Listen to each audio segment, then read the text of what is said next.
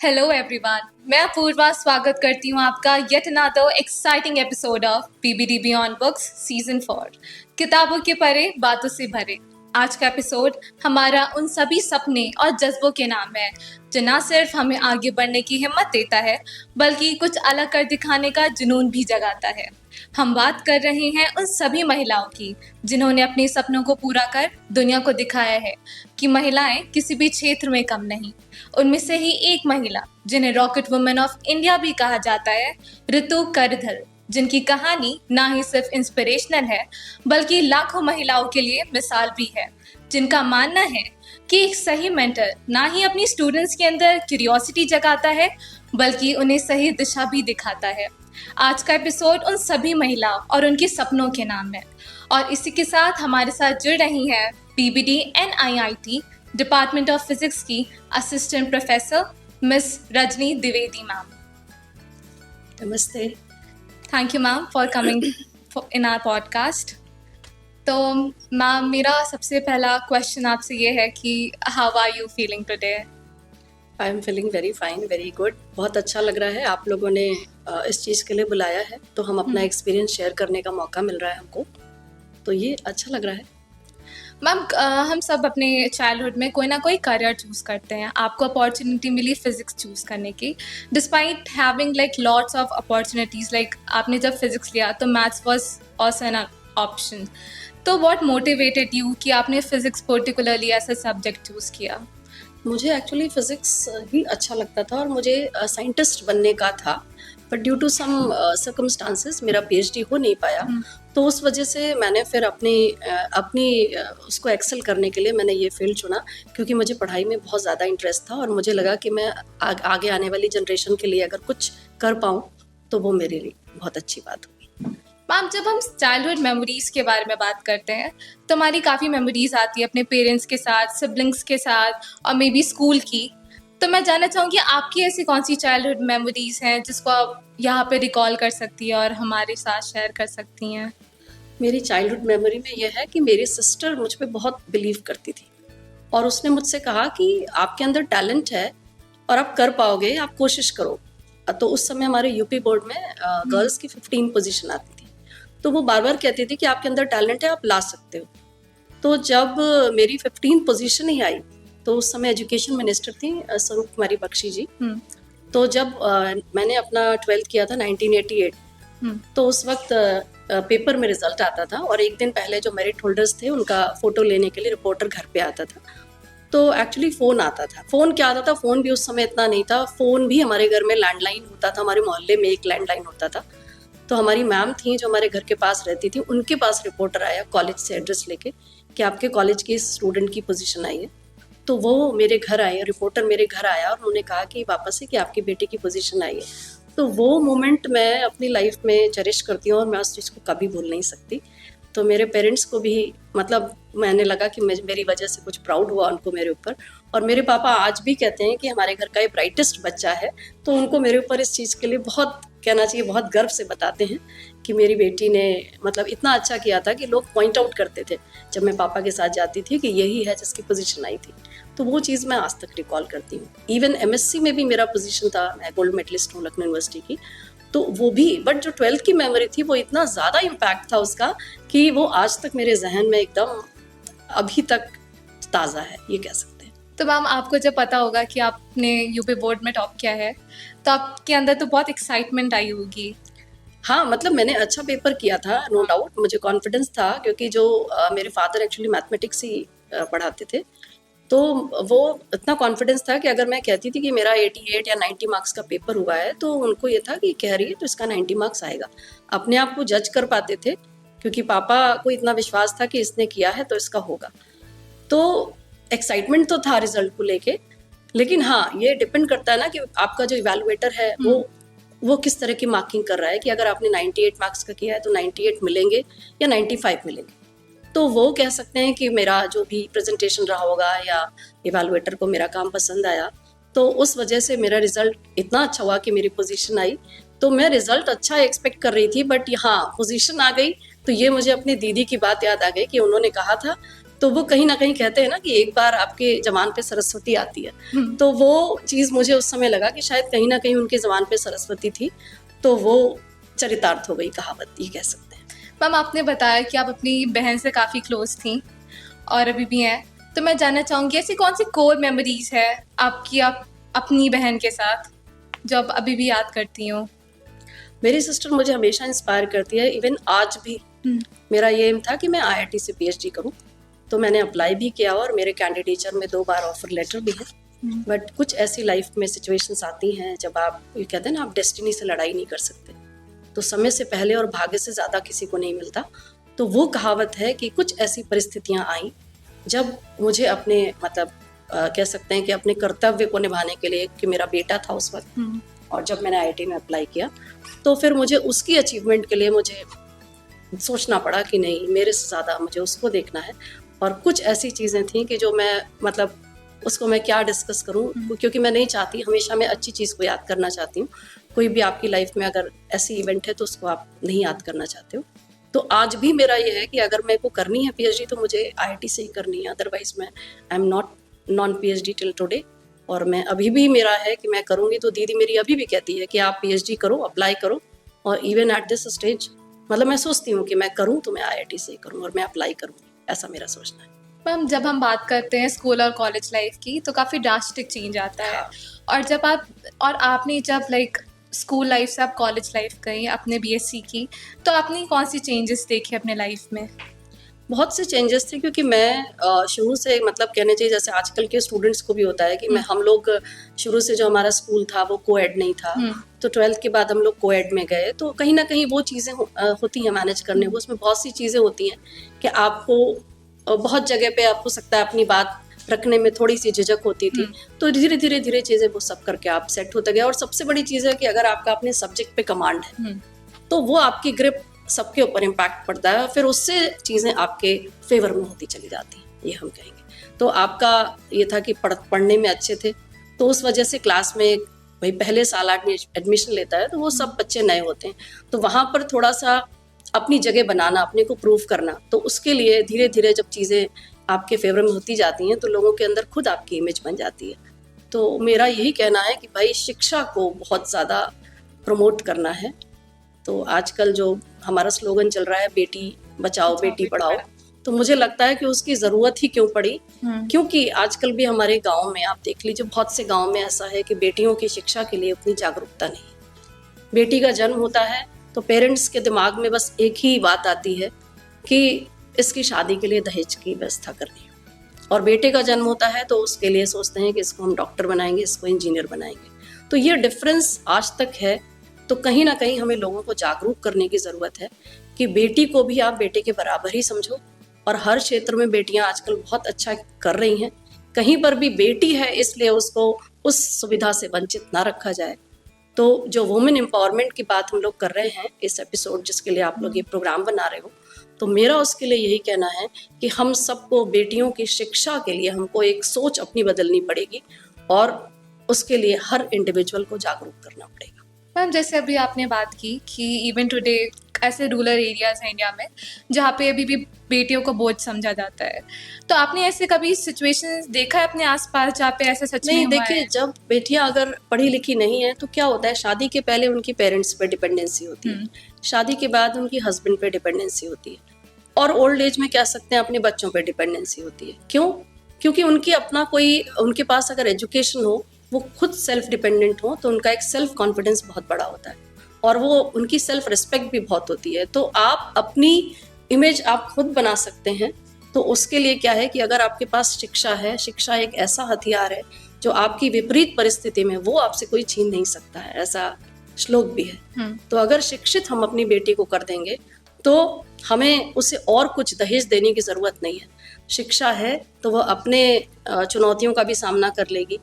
कोई भी डिसीजन लेना है, उस डिसीजन मेकिंग भी उसके अंदर है, वो किसी पे डिपेंडिंग नहीं है, किसी पे भी डिपेंडेंस नहीं है उसकी। तो बेटी को शिक्षित करें, वो उसका सबसे बड़ा हथियार है। यस मैम, ये बात तो आपने सही की कि एजुकेशन बहुत इम्पोर्टेंट है। हाँ। जैसे मैम, हम एजुकेशन ही, आपने educational as a profession choose किया है, तो मैं जानना चाहूँगी आपको क्या मोटिवेट किया कि आप एक क्या मेरे आपने मदर फादर दोनों इसी प्रोफेशन में हैं, तो हमने बचपन से अपने घर में यही माहौल देखा। और मम्मी मेरी संस्कृत में है और फादर मेरे मैथ्स में। तो वो हम लोगों ने जो घर से माहौल देखा, तो कहीं ना कहीं इनहेरेंटली वो चीज़ हमारे अंदर थी। तो हमें ये था कि नहीं, हमें भी मतलब आगे इस चीज़ को ले जाना है, बढ़ाना है। तो मैंने आपको बताया है कि मुझे साइंटिस्ट बनने का था, तो ये तो प्रोफेशन हमारा इसी में चलता है, इसलिए मैंने टीचिंग प्रोफेशन ऑप्ट किया। और मैम एक क्वेश्चन मेरा और है कि आपने कहा कि आप ऑल गर्ल्स स्कूल में थी, फिर आपने all of sudden coed college में गई, लखनऊ यूनिवर्सिटी में। लखनऊ यूनिवर्सिटी में। तो जब ये ड्रास्टिक चेंज हुआ, तो वहाँ पे जैसे आपको क्लासमेट्स मिले और प्रोफेसर्स मिले, उनके साथ आपको एक्सपीरियंस कैसा था? उनके साथ एक्सपीरियंस अच्छा था। हम लोग मतलब यूनिवर्सिटी में हम लोग यहाँ ऐसा मतलब इक्वल ही कह सकते हैं, इक्वल नंबर में ही स्टूडेंट्स होते थे। ऐसा नहीं होता था कि गर्ल्स रेशियो बहुत कम है, ऐसा नहीं होता था। तो अपनी बात हम लोग शेयर करते थे और फैकल्टीज़ का भी बहुत सपोर्ट रहता था। तो हमारा मतलब जो हमारा एक्सपीरियंस था, हमारे साथ जो हमारे क्लासमेट्स थे, बहुत अच्छे से हम लोग के साथ शेयरिंग होती थी, इसलिए वहाँ पे ऐसी कोई दिक्कत मैंने महसूस नहीं की अपने केस में। तो थोड़ा शुरू में दिक्कत ज़रूर हुई क्योंकि थोड़ा हेजिटेशन होता है, बट धीरे धीरे वो चीज़ें मैनेज हो जाती थी। मैम जैसा आपने कहा कि आपके साथ फीमेल स्टूडेंट्स भी थी, तो मैं जानना चाहूँगी आपका आपकी फ्रेंडशिप कैसी थी उनके साथ, और फीमेल रेशियो कितना था क्लास में? नहीं देखिए, बीएससी में तो ये था कि फिर भी कहेंगे ठीक था, लगभग इक्वल था। पर जब मैं एमएससी में गई तो एमएससी में हमारी फिजिक्स में गर्ल्स बहुत कम थी, 10 से 12 गर्ल्स थी और टोटल 70 स्टूडेंट्स थे हम लोग। तो वहाँ पर लेकिन ये था कि चूंकि यूनिवर्सिटी से बीएससी किया था और जब हम एमएससी में आते हैं तो कॉलेज का भी कंपटीशन होता है, तो कुछ एक्सटर्नल स्टूडेंट्स भी थे। पर तब तक जाते जाते हम लोग 3 साल में एकदम कह सकते हैं कि माहौल से हम लोग सेट हो गए थे, तो कोई दिक्कत नहीं आई। हम लोग इस चीज़ के लिए तैयार थे कि फिजिक्स और मैथ्स सब्जेक्ट ऑप्ट किया है, तो ये रेशियो तो हमको मालूम ही था कि ये कहीं ना कहीं तो हमको फेस करना ही है। Ma'am even though there are many female students जो जाती हैं, अपनी एजुकेशन पाती हैं, लेकिन ऐसा बहुत से सिचुएशन में होता है कि वो अपनी वर्क फोर्स में नहीं आ पाती हैं, वो फुली एम्प्लॉयड नहीं हो पाती है क्योंकि उनकी शादी करा दी जाती है। आपको लगता है ये किसी हद तक सही है? नहीं देखिए, शादी भी हम लोग एक सामाजिक प्राणी हैं, तो एक जो व्यवस्था समाज की बनाई गई है, हम उससे बिल्कुल अलग भी नहीं हो सकते। लेकिन हाँ, एक परिवार से दूसरे परिवार में जाने में बहुत सारे चेंजेस होते हैं और लड़कियों से बहुत कुछ एक्सपेक्टेड भी होता है कि अगर बेटी है तो उससे उतनी एक्सपेक्टेशन नहीं होती, लेकिन जब बहू बनती है वही बेटी, तो एक्सपेक्टेशन हमारी वहाँ पे ज़्यादा होती है। तो ये कह सकते हैं कि हर चीज़ को आपको मतलब थोड़ी अपनी समझदारी के साथ सब चीज़ का बैलेंस बना के चलना पड़ता है और कहीं ना कहीं शुरुआत में तो थोड़ा एडजस्ट करना ही पड़ता है। धीरे धीरे आप अपने व्यवहार से, अपने कह सकते हैं कि सूझबूझ से, अपने विवेक से चीज़ों को अपने अकॉर्डिंग मैनेज कर सकते हो। मैम आपकी इतनी लंबी जर्नी रही है एज अ असिस्टेंट प्रोफेसर, कोई ऐसा स्टूडेंट आपको याद होगा आपकी जर्नी में जिसको आप अभी भी याद करती हैं और आप सोचती हैं बेस्ट स्टूडेंट रहा है, इसको पढ़ा के मैंने कुछ अचीव किया है? हाँ, स्टूडेंट्स तो बहुत सारे रहे, हमारे कई स्टूडेंट बहुत अच्छी जगह जॉब भी कर रहे हैं, लेकिन वो तो अचीव वो तो एक आईएएस बन गया कोई, तो वो तो एक अपने आप में कि वो अच्छा बहुत बेस्ट था, वो आईएएस बन गया। लेकिन एक स्टूडेंट था, हमें याद आता है कि वो स्टूडेंट हमारा फर्स्ट ईयर में मतलब उसका बैक आया था और फिर वो ये सोचता था कि हम कुछ कर नहीं पाएंगे, तो उसको जब मोटिवेट किया तो नेक्स्ट ईयर उसने टॉप किया। तो वो चीज़ एक अपने आप में याद रखने वाली बात है कि उसके अंदर कॉन्फिडेंस कम हो गया, तो इतना कॉन्फिडेंस आ गया उस बच्चे के अंदर कि वो उस चीज़ से बाहर आया और उसने अपनी पढ़ाई को अच्छे से किया आगे जाके। और बाकी तो हमारे स्टूडेंट्स तो आजकल बहुत अच्छी जगह एम्प्लॉयड हैं, तो इतना 25 साल हो गया है, तो हम लोग मतलब स्टूडेंट्स इतने ज़्यादा हैं कि उनको याद रख पाना एट ए ग्लांस बहुत मुश्किल है, ये कह सकते हैं। मैम आपकी इतनी लंबी जर्नी रही है, आपने कई लोगों से आपने मिला होगा, आप ऐसा कभी हुआ है कि आप किसी से मिली और आपने उनसे कुछ अलग ही लाइफ लेसन लिया हो जो आप अभी हमारे साथ शेयर करना चाहें? हाँ, होता है ये जो आप कह रहे हो, तो मुझे भी, मैंने आपको बताया ना कि मैंने 2 बार पीएचडी के लिए अप्लाई किया, तो वो ये होते हैं कि हमारे साथ हमारी फ्रेंड्स में भी ऐसे लोग हैं जो हमें बहुत मोटिवेट करते रहते हैं। और मतलब चूंकि हम लोग का प्रोफेशन ऐसा है कि हम लोग को पीएचडी की बहुत ज़्यादा ज़रूरत है, क्योंकि आप जानते हो कि पीएचडी के बिना हमारा डिजिग्नेशन एंड ऑल दैट वो सब मैटर करता है। लेकिन फिर भी मतलब बहुत मोटिवेट किया, लेकिन मैं ये कह सकती हूँ कि शायद डेस्टिनी की बात है कि मैंने उन लोग के कहने पे मैंने फिर अप्लाई किया और मेरा 2 बार आईआईटी में सिलेक्शन भी हुआ, but due to some personal reasons मैं वो कंटिन्यू नहीं कर पाई। मैम 20+ ईयर के जर्नी में आपने ऐसे ड्रास्टिक चेंज देखा हो एजुकेशनल फील्ड में? हाँ, एजुकेशनल फील्ड में देखिए, जब हमने ज्वाइन किया था 99 में कॉलेज, तो ये कह सकते हैं कि आजकल तो भाई टेक्नोलॉजी इतनी एडवांस हो गई है। पहली चीज़ तो टेक्नोलॉजी एडवांसमेंट तो आपको दिखने में आ ही रहा है। उस समय हमारे पास जो टीचिंग के लिए जो भी चीज़ें थी, तो वो चॉक डस्टर और ये सब ब्लैक बोर्ड था। आजकल देखिए स्मार्ट क्लासेस हैं, ये सारी चीज़ें। और स्टूडेंट्स में अगर हम चेंज देखें, और कॉलेज में जो फैसिलिटीज़ हैं वो तो नो डाउट इंफ्रास्ट्रक्चर इतना बढ़ गया है, और कॉलेज में जो चीज़ें हैं वो तो टेक्नोलॉजी एडवांसमेंट में आ ही गई। स्टूडेंट्स के लेवल पे अगर हम देखें, तो स्टूडेंट्स में ये तो चीज़ अच्छी बात है कि पहले मोबाइल में हमारे ये सब फैसिलिटीज़ नहीं थी, इंटरनेट नहीं था, तो इन सब का हम लोग पहले इतना यूज़ होना ही नहीं था। आजकल के बच्चे इन सब का यूज़ करते हैं, लेकिन हाँ, उसका पॉजिटिव यूज़ करें तो ठीक है, लेकिन आजकल बच्चे बहुत टाइम इन सब चीज़ों में वेस्ट कर रहे हैं, तो वो कह सकते हैं। और दूसरी चीज़ कि जो बच्चों में हम लोग जो महसूस कर रहे हैं पहले के बच्चे, तो तब जो वैल्यूज़ थी स्टूडेंट्स में वो कहीं ना कहीं कम हो रही है। मतलब वैल्यूज, उसका भी रीजन है कि हमारी फैमिलीज अब सब न्यूक्लियर फैमिलीज। हम लोग ज्वाइंट फैमिलीज में एडजस्ट करना सीखते थे, शेयरिंग वाली बात सीखते थे, लेकिन आजकल क्या है कि हर घर में न्यूक्लियर एक ही बच्चा है, तो शेयरिंग वाली चीज़ उसको उतनी, उसका मतलब वो सीख ही नहीं पाता, हम ये कहेंगे। तो कहीं ना कहीं वैल्यूज, इसलिए देखिए आजकल हमारे कोर्स करिकुलम में ये ह्यूमन वैल्यूज का कंटेंट लाया जा रहा है, क्योंकि इसकी ज़रूरत है, क्योंकि दिख रहा है इसकी वजह से समाज में जो चीज़ें फैल रही हैं, जो बहुत खराब स्थितियां पैदा हो रही हैं, कहीं ना कहीं उसका रीज़न हमारा लॉस है ह्यूमन वैल्यूज़ का, तो वो कहीं ना कहीं उस पर काम करने की ज़रूरत है। मैम जब हम बात करते हैं फिज़िक्स की, तो बहुत बच्चे फिज़िक्स की तरफ नहीं जाते, पर ड्यू टू टाइम काफ़ी झुकाव आ रहा है नई जनरेशन का। तो ऐसे कौन से करियर अपॉर्चुनिटीज़ है जिसके बारे में अभी भी बच्चों को नहीं पता, अब वो ऑप्ट कर सकते हैं आफ्टर 12th? मैं आपसे जानना चाहूँगी। अब बच्चों को देखिए नहीं पता, ये तो हम कह ही नहीं सकते, क्योंकि बच्चे हम लोग से ज़्यादा गूगल और एडवांस टेक्निक्स यूज़ करके उनको सारी चीज़ें पता है। क्योंकि मेरा अपना बेटा ही, उसने जो है 11th के बाद सैट एग्ज़ाम क्वालिफाई किया, और उससे वो सीधे US गया, और उसने गेम डिज़ाइन में वहाँ से बैचलर्स किया, और फिर मास्टर्स भी वहीं से किया है ग्राफिक डिज़ाइन में। तो ये तो एक्सप्लोर करने के ऊपर है कि आपके अंदर अगर चाहत है, तो और आपके अंदर चाहत है और आपके पास सारे सुविधाएं हैं, तो आप उसमें एक्सप्लोर कर सकते हो कि आपको किस फील्ड में जाना है। अब तो बहुत वास्ट हो गया है, आप you can go to any field.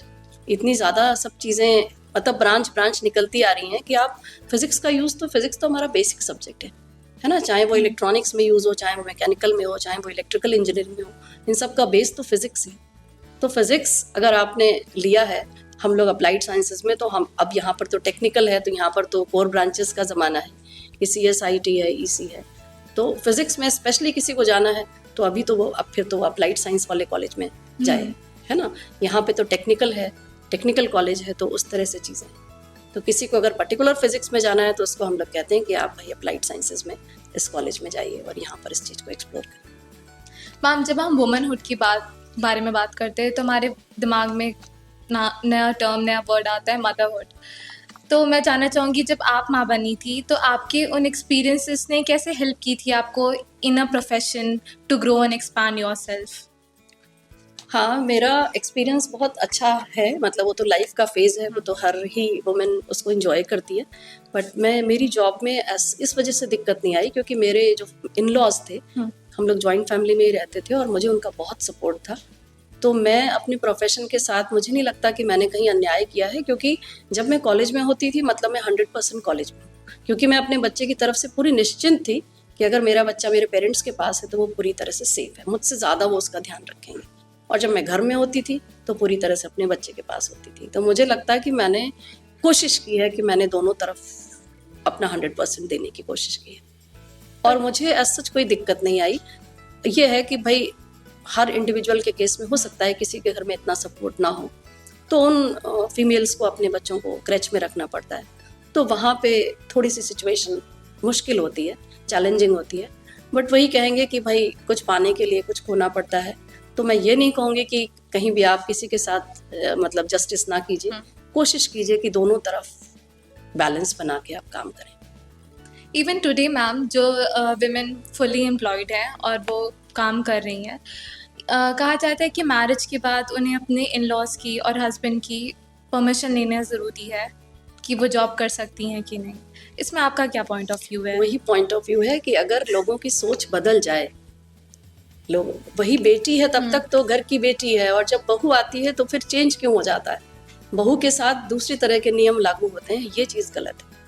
तो अगर लोगों की सोच बदल जाए ना, लोग जागरूक हो जाएं कि जो हमारी घर की बेटी के लिए नियम है वही हमारे घर की बहू के लिए भी नियम होने चाहिए, तो हमें हर जगह बहू को भी अपने घर में सपोर्ट करना चाहिए।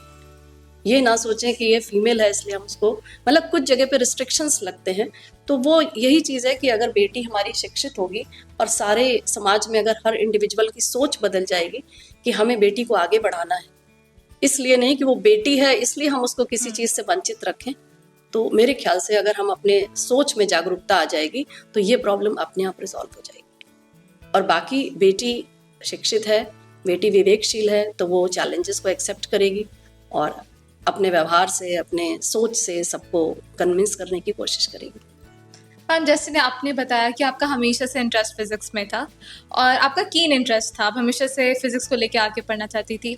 आपने कभी प्लान बी का सोचा कि अगर फिजिक्स नहीं हो पाया तो मैं इस प्रोफेशन के लिए जा सकती हूँ? प्लान बी तो मेरा इंटरेस्ट था, कह सकते हैं मेरा पैशन है सिंगिंग में, मुझे बहुत अच्छा लगता है। आज भी, इवन आज भी इस एज में भी मैं अपने उस पैशन को फॉलो करती हूँ। और अभी 2016 में जो लखनऊ महोत्सव लगता है, आपने सुना होगा, तो यहाँ पे एक इवेंट हुआ था जज्बा एट 40, तो उसमें 40+ एज ग्रुप के लिए मतलब एक कंपटीशन किया गया था कि आप 3 मिनट्स का ऑडियो क्लिप भेजेंगे अलॉन्ग विथ योर इंट्रोडक्शन। तो उसमें 3500 लोगों ने अप्लाई किया, मतलब भेजी, और उसमें सिलेक्शन हुआ मेरा। और उसके बाद हम लोग गए और आकाशवाणी के जजेस थे यहाँ जो गोमती नगर में है हमारा, वहाँ पर ऑडिशन हुआ और फिर 3 राउंड तक मैं गई और लास्ट राउंड में फिर मैं एलिमिनेट हुई। तो मैं कॉलेज से ही जाती थी, सर लोग से परमिशन लेके जाती थी, but I am very much satisfied. मैं एलिमिनेट भी हुई बट फिर भी मैंने सोचा कि मैं इस आगे इतना मैंने हिम्मत तो की कि मैं वहाँ तक तो पहुँची। और आज भी अगर मुझे, मेरा एक ये है कि जैसे बहुत से लोग मेडिटेशन करते हैं, है ना, अपना अपना इंडिविजुअल इंटरेस्ट है, किसी को रिलैक्स करने के लिए मेडिटेशन से रिलैक्सेशन होता है, मेरा अपना है कि मैं म्यूज़िक से मुझे बहुत रिलैक्स होता है। तो कभी मेरा मन होता है, मेरे को लगा तो मैंने अपना सॉन्ग रिकॉर्ड किया और मैंने उसको तुरंत अपलोड किया। तो ये मेरा इंटरेस्ट है, और अगर मैं ये नहीं होती तो शायद मैं भातखंडे एडमिशन लेती और मैं सिंगिंग में कुछ आगे एक्सप्लोर करती। मैम, आपने बताया भी था कि 3500 बच्चों से सीधा 20 की स्ट्रेंथ आई थी, तो जब आपको पता चला कि आप टॉप 20 में हैं, तो आपको कैसा लगा? बहुत अच्छा लगा मुझे, मतलब एक तो पहले विश्वास ही नहीं हुआ, हालांकि सब 40+ एज ग्रुप के सारे हमारे जैसे जॉब करने वाले ही लोग थे। और फिर मुझे अच्छा लगा, फिर मैंने तुरंत सर के पास गई, मैंने कहा सर ऐसा ऐसा है, मैं अपनी क्लासेस अरेंज करके और मैं जाती थी और मैंने बहुत इंजॉय किया। वो एक बहुत अच्छा मोमेंट था जो मैं पूरी हमेशा, मतलब मेरी लाइफ में मुझे याद रहेगा। ऐसे कोई पर्टिकुलर लाइन मैम किसी गाने की जो आपको बहुत आपके दिल के करीब हो? हाँ, एक प्यार का नगमा है, मैं ओल्ड सॉन्ग्स ही पसंद करती हूँ और लिरिक्स अच्छे होने चाहिए सॉन्ग के। तो मैं अपने कॉलेज में मैं कल्चरल कोऑर्डिनेटर भी हूँ, कल्चरल कमेटी की कन्वीनर भी हूँ, तो सिंगिंग में मेरा इंटरेस्ट है, सिंगिंग मेरा पैशन है। तो बाकी मैं बता तो रही हूँ आपको, मेरे को सिंगिंग में इतना इंटरेस्ट है कि मैं अभी भी उस चीज़ को फॉलो करती हूँ, अपने सॉन्ग्स आज भी रिकॉर्ड करती हूँ और even my son motivates me.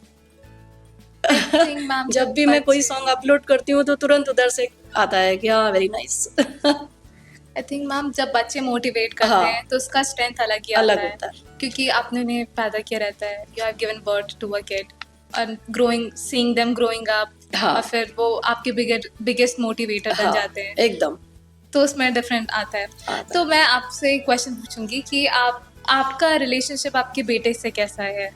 मेरा रिलेशनशिप मेरे बेटे से ऐसा है कि मैं उससे कुछ कहती नहीं हूँ, मेरा चेहरा देख के समझ जाता है कि क्या करना है मुझे, मेरी इच्छा को वो मेरा फेस देख के रीड कर लेता है, मतलब, और सारी चीज़ हम लोग आपस में शेयर करते हैं। बाकी तो मैंने आपको बताया ही कि उसने खुद ही उसने भी आफ्टर, कह सकते हैं 11th क्लास के बाद उसने डिसीजंस खुद ही लिए अपने, मैंने फोर्स नहीं किया उसको कि आपको ये स्ट्रीम लेनी है, नो, उसने अपना स्ट्रीम चुना, गेम डिज़ाइन, क्योंकि हम लोग के यहाँ क्या होता है, बेसिकली जो रहता है सारे पेरेंट्स का कि भाई आईआईटी में एडमिशन होना है, यही होता है। हमारे घर में भी सब लोग यही कह रहे थे।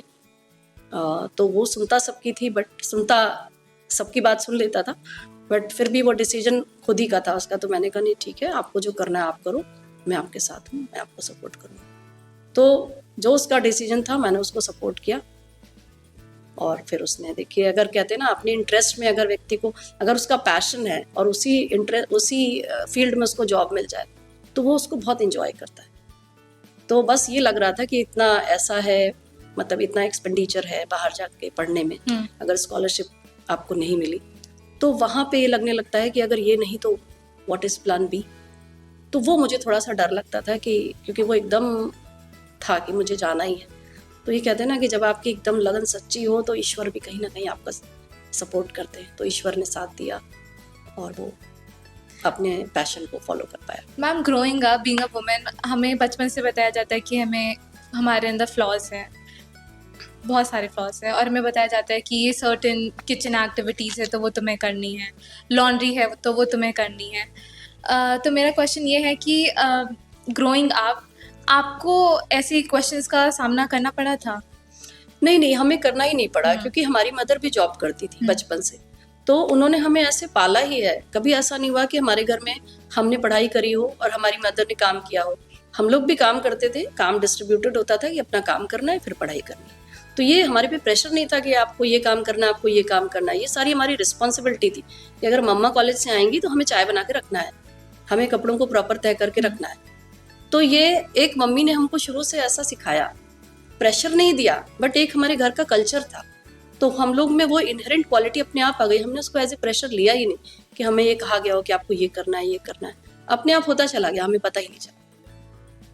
Being a woman, what is that one thing that you truly adore about yourself? मैं एक ही बात पे आ जाती हूँ, Singing. नहीं, आपको पता है कि शिक्षा, मेरे पेरेंट्स ने मुझे जो शिक्षा दी है ना, तो वो मेरे लिए बहुत बड़ी चीज़ है। और मैं हमेशा ये कहती हूँ कि हर पेरेंट को अपने बच्चे को शिक्षित करना चाहिए, जिससे कि वो अपना जीवन अच्छे से बिता पाए, कोई भी विषम परिस्थिति हो तो उसमें सामना कर पाए। और मैं भी ये सोचती हूँ कि मेरे पास मेरे पेरेंट्स ने भी मुझे जो शिक्षा दी, कहीं ना कहीं वो आज तक मेरे पेरेंट्स ही मेरे रोल मॉडल हैं। तो अगर उन्होंने इस तरह से, अगर हर पेरेंट्स सोच लें कि हम अपनी बच्ची को शिक्षित बनाएंगे तो वो जीवन की हर चुनौती का सामना कर ले जाएगी, चाहे वो किसी भी फील्ड की। मैम, अगर आपको कोई एडवाइस देनी हो आज के बच्चों के लिए, क्योंकि आई थिंक अगर हम विमेन एम्पावरमेंट के बारे में बात कर रहे हैं तो ये इक्वली इम्पॉर्टेंट है कि मेन भी वो बात ध्यान से आके सुने, ताकि कोई अनइक्वल डिस्ट्रीब्यूशन ना हो, कोई भेदभाव ना हो। तो अगर आपको एक एडवाइस अगर देनी हो तो आप क्या देंगी? मतलब मैं यही कहूँगी कि हमें लोगों को जागरूक करना पड़ेगा, सबकी सोच बदलनी पड़ेगी। जब तक सोच नहीं बदलेंगे तब तक हमारा इस दिशा में कोई भी प्रयास सक्सेसफुल नहीं होगा। तो हमें लोगों को जागरूक करना है कि हम बेटियों को भी इक्वल सम्मान दें, इक्वल मतलब राइट दें चीज़ों का, कहीं पर भी उनको कम ना आके, कहीं पर भी उनकी मतलब कंपैरिजन में उनको कम ना तो आके, कम ना तौलें। जागरूक करें, अपनी सोच को विस्तृत करें, बेटियों को आगे बढ़ाएं। Thank you ma'am for joining in our show. Thank you. तो ये थी हमारे साथ मिस रजनी द्विवेदी मैम, जिन्होंने बताया कि एजुकेशन कितना इम्पोर्टेंट है रिगार्डिंग द जेंडर। ऐसे ही तमाम एपिसोड्स के लिए देखते रहिए बीबीडी बियॉन्ड बुक्स, किताबों के परे बातों से भरे। Don't forget to like, share and subscribe.